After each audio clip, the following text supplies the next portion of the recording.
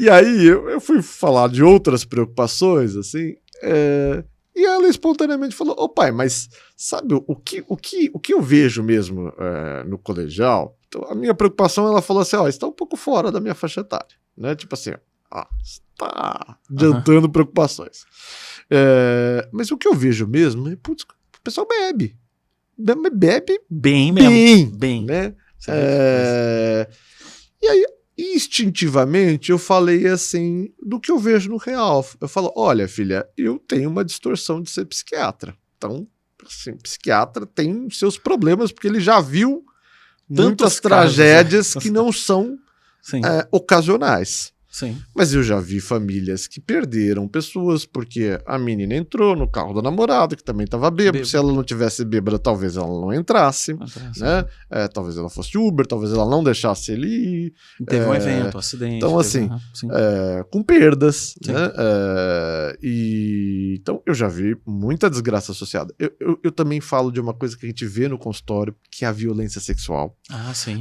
Abusos, né? Olha, dentro da mesma classe, dentro da mesma instituição, na faculdade, em cursos concorridos, vai indo embora, coleguinhas de classes vão embora, fica a menina mais alcoolizada. Isso acontece, Ivo. Isso acontece. Muito triste isso, né? Sim. De abuso. Às vezes a família faz uma operação abafa porque não quer que a pessoa fique marcada. A pessoa convive o resto da vida com aquele evento lá, com aquele evento e com os estupradores. Né? Então, assim, eu falo, olha, filha, eu já vi tanta coisa pesada. Então, assim, tem que aprender a beber. Né? Ninguém tá falando, a priori, ninguém tá falando assim, olha, não beba. Tem uma idade. Eu não acho que 15 anos é uma idade para começar a beber. Eu gostaria que você começasse mais tarde, onde você tem um pouco mais de preparo até do seu cérebro para fazer esse, opa, tá bom, né? Se você não me ouvir, começou a ficar alegrinho, para. Porque não é bom ficar alcoolizado. Mas se não é bom, por que as pessoas fazem? Fala, filha, os adultos são idiotas, ainda mais adolescentes. Sinto muito. Os adultos também. Mas o cérebro tá em formação. Exatamente. E é legal, é cool falar, só passei mal, vomitei. Bom, é cool, mas é uma burrice, é horrível ressaca. É ruim vomitar. Com certeza. E ela ficou me olhando assim, né, meio assim, mas é tão besta assim. Eu falei, bem-vindo ao ser humano. Ele é besta. Com certeza. Ganho nenhum aqui. Então, assim, instintivamente, eu falo a verdade, né? O que a gente vê, de fato? A gente vê as grandes preocupações são acidentes de carro, são exposição, que a exposição a situações de risco que a pessoa não faria. Ela nem percebe situações de risco onde ela está se colocando, porque ela está alegre e está, às vezes, imprudente, né? Muda a percepção de riscos. Nós falamos agora há pouco, né, que a gente está num país violento. O Brasil é um país doente no aspecto de violência sexual contra a mulher. A gente vive num país doente. Com muitos eventos, né? Com muitos eventos. É uma coisa assim, arrepiante. Né? Na Unicamp tem uma professora muito querida, chama Renata Azevedo, e ela criou um ambulatório de violência contra a mulher. O influxo daquilo e as situações onde acontecem, assim, são... Não adianta negar a realidade. Está em todas as classes sociais. Então, e dentro das casas, né? No âmbito familiar. Então, tios, primos, algumas coisas que... Assim, olha, tem que proteger filhos. Sim. Isso cabe a nós. Entendeu? Eles não vão ver uma maldade que está ali do lado. Né? Então, assim, a gente tem que ver essa maldade por eles. Perfeito. Né? Perceber a dinâmica, né, de uma pessoa que também é um adulto, que tem uso de recorrente de álcool, de droga, uma pessoa que já tem isso, já é um comportamento já de... Sim. Ele vai tomar uma decisão em algum momento, alcoolizado. Sim. Então, assim, Ivo, assim, estabelecer uma relação com os filhos em que eles vejam que a gente não é um protetor excessivo, né?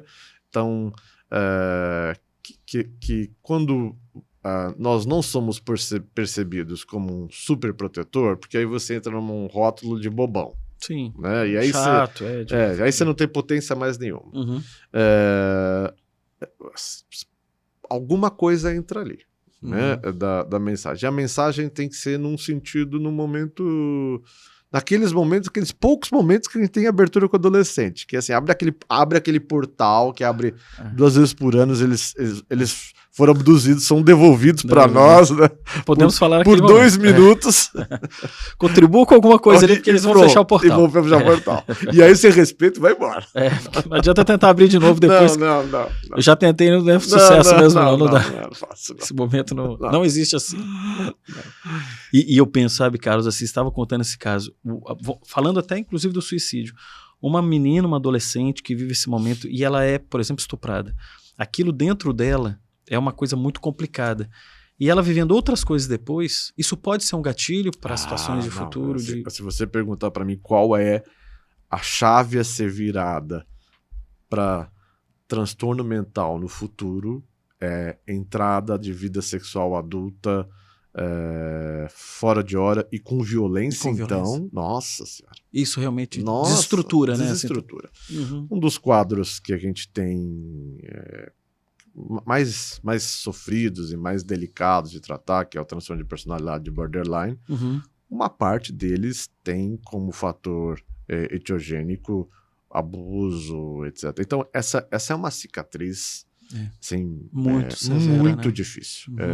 Eu nunca vi uma vivência dessa que não deixasse uma cicatriz importante na vida da pessoa. Então, proteger, né?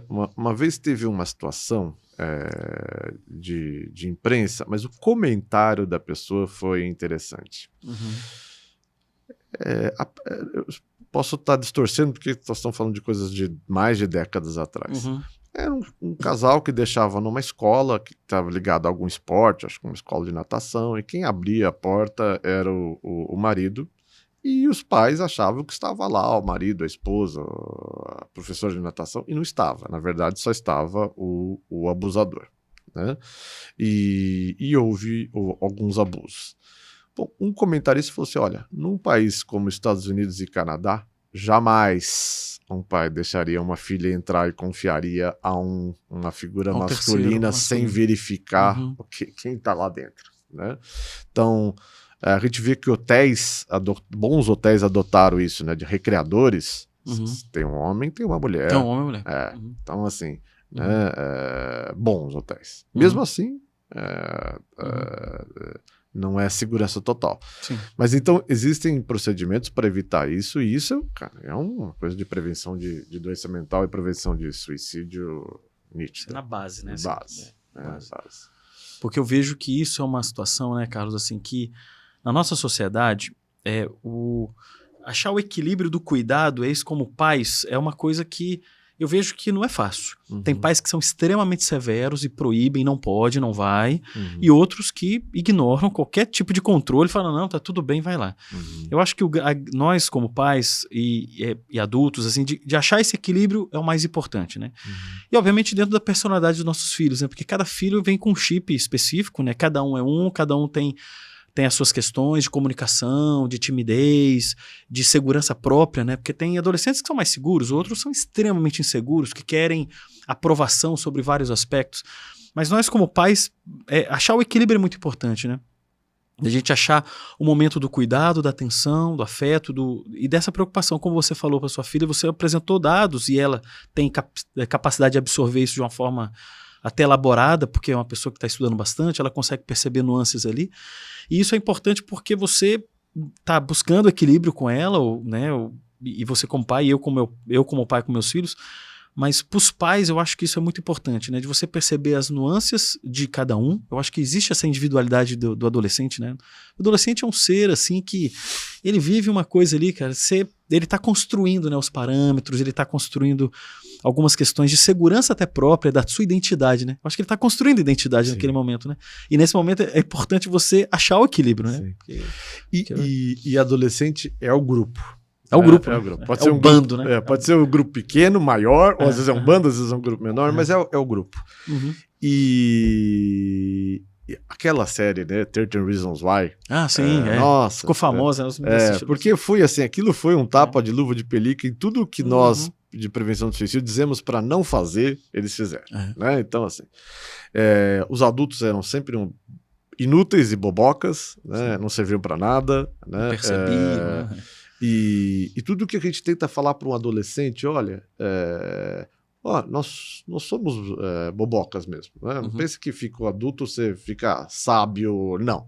Mas a gente tem alguma bagagem que pode ajudar você, adolescente, no momento de sofrimento. Né? Então, o universo adulto não é só o universo da chatice, da restrição, ele também é um universo de se pedir ajuda num momento importante da vida. Né? Então, bom, ali tem, não quero entrar nas trocentos mil mancadas que aquela série da apresentou. Né? Tem trocentas mil, mas uma dessas era essa, né? Há que se manter uma porta de comunicação com o universo adulto, porque tem certos momentos que o universo adulto é importante. Né? Pode ajudar. Né? Pode ajudar. Assim, existem adolescentes que têm colocações muito pertinentes. É impressionante. Né?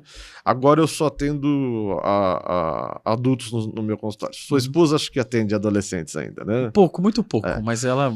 são pouquíssimos hoje, mas ela... Mais adulta. Mas eu já atendi. É impressionante. Às vezes um adolescente mais instintivo, mais sábio, fala coisas que repercutem muito para o bem. Como o contrário também. Sem dúvida. Né? Como o contrário também.